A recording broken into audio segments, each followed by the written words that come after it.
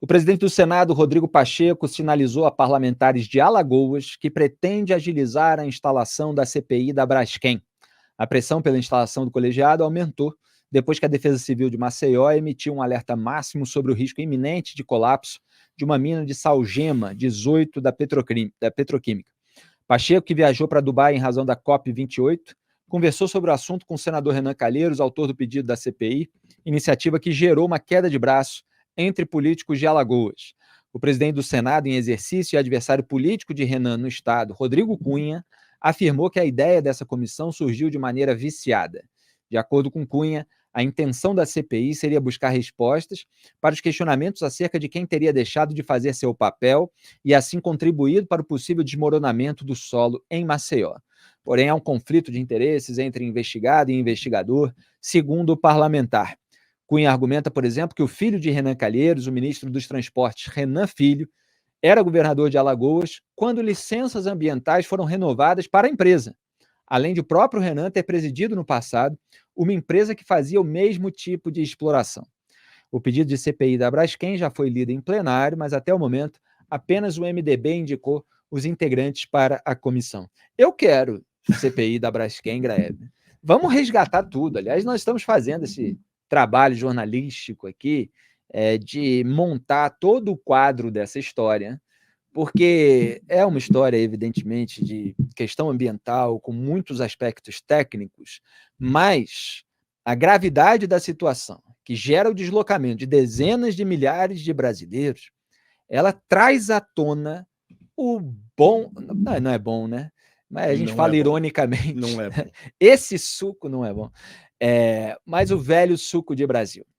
Quer dizer, são vantagens que são distribuídas, é vista grossa que é feita, é a disputa de poder político, é uma empresa que já foi investigada por suborno e que agora está envolvida em outro escândalo, num momento de impunidade geral, quando não se troca o mecanismo das empresas que já foram envolvidas em escândalos, e aí você continua com as mesmas pessoas, com o mesmo nível de moralidade, muitas vezes.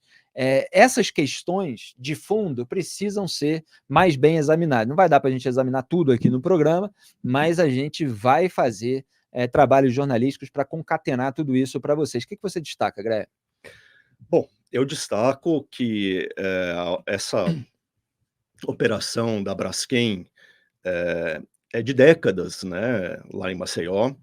A empresa que começou a fazer isso era a Salgema, que foi presidida pelo Renan nos anos 90, né?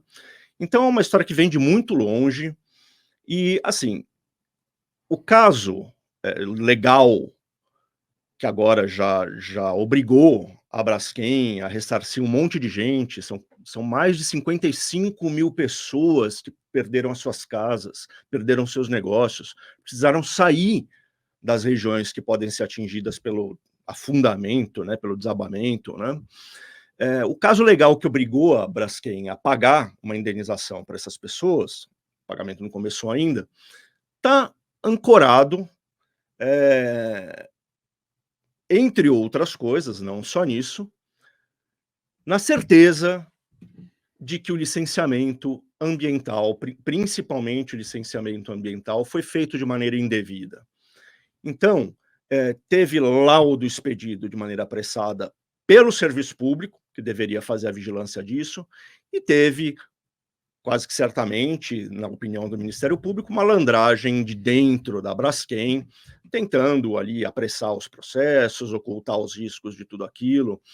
Então, é a velha tragédia brasileira, né? A tragédia de sempre. As empresas querendo trabalhar a qualquer custo, ignorando os riscos ambientais, os riscos sociais, e um poder público muito leniente. Muito leniente, quando não, eu não estou dizendo que seja o caso, não tem elemento nenhum para dizer isso, mas muito leniente, quando não, simplesmente corrupto, né? Que deixa as pessoas fazerem o que querem, do jeito que querem, em troca de um tostão para botar no bolso. Então, assim, muito provavelmente, muito provavelmente, esse desastre, maior desastre ambiental em região urbana, é o que estão dizendo os especialistas. Não tem nada parecido no mundo nesse momento e muito pouca coisa comparável, né? Maior desastre ambiental em região urbana poderia sim ter sido evitado ou talvez minimizado se tivesse havido mais cuidado, mais atenção para os riscos envolvidos numa atividade dessa, que perfura poços lá a 1.200 metros de profundidade, dezenas de poços, eram mais de 30 poços, né? Injeta pressão nesses poços para trazer o sal para cima, um monte de coisa. Aparentemente, houve uma negligência enorme da empresa e de quem poderia vigiar em relação aos riscos. E deu nisso. E o que está acontecendo agora, que merece também a nossa vigilância, o nosso monitoramento, é a tentativa de melar a CPI. E, obviamente, você tem um lobby da Odebrecht em cima dessa turma do PT, principalmente dos ex-governadores da Bahia, do Jacques Wagner, do Rui Costa. O PT não indicou ainda os seus integrantes para a comissão. Você tem partidos que estão retardando essa indicação para tentar evitar a instalação da comissão, mesmo com o recolhimento das assinaturas suficientes para isso. Então, assim, o lobby da Odebrecht, que é acionista da Braskem, é muito grande. E a velha parceria com os petistas, ela continua em andamento nesse momento. A Braskem é o braço petroquímico da Odebrecht, tem participação da Petrobras também, foi alvo da Lava Jato, assim como a Odebrecht. Ela teve um presidente, como é que era o nome dele? José Carlos Grubicic, que chefiou a empresa de 2002 a 2008, depois assumiu outras funções. Ele foi preso e condenado nos Estados Unidos, e acabou confessando, inclusive, a participação no esquema que envolvia também a Odebrecht. Quer dizer, você tem todo um histórico aí de suco de Brasil, e o que é curioso, e eu pretendo publicar artigo a respeito disso, Greg, é que se dizia, né, que a Lava Jato atingiu as empresas, e ela não podia fazer isso, porque as empresas fazem um trabalho de excelência, porque isso destrói emprego, porque são patrimônios nacionais, etc.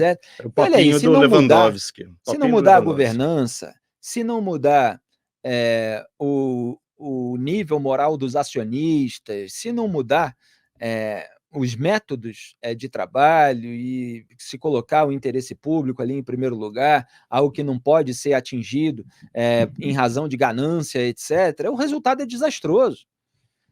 Então, você tem antes todo um esquema de obtenção de contrato público por meio do pagamento de propina para agentes públicos e políticos, e depois você tem um esquema que gera um desastre ambiental. Será que essas coisas não estão conectadas? Se a empresa não se transforma, e digo mais, se ela não é impelida pelo Estado, pelo poder público, pelas autoridades investigativas, judiciais, policiais, etc., a mudar, porque quando você tem criminosos ali, você tem que haver uma coerção nesse sentido, cadeia, a mudança daquelas pessoas, daqueles métodos. Né? Se é um país em que as pessoas não são responsabilizadas, não são punidas, as pessoas que estão no poder político, elas ajudam os empresários a aliviar a barra, daqui a pouco aparecem novos escândalos. Então, aquela alegação utilizada por ministros do STF próximos ao PT, que endossaram, reforçaram, alimentaram toda essa narrativa, ela está indo por água abaixo, está afundando junto, né, Gra? Sim, sim, com certeza.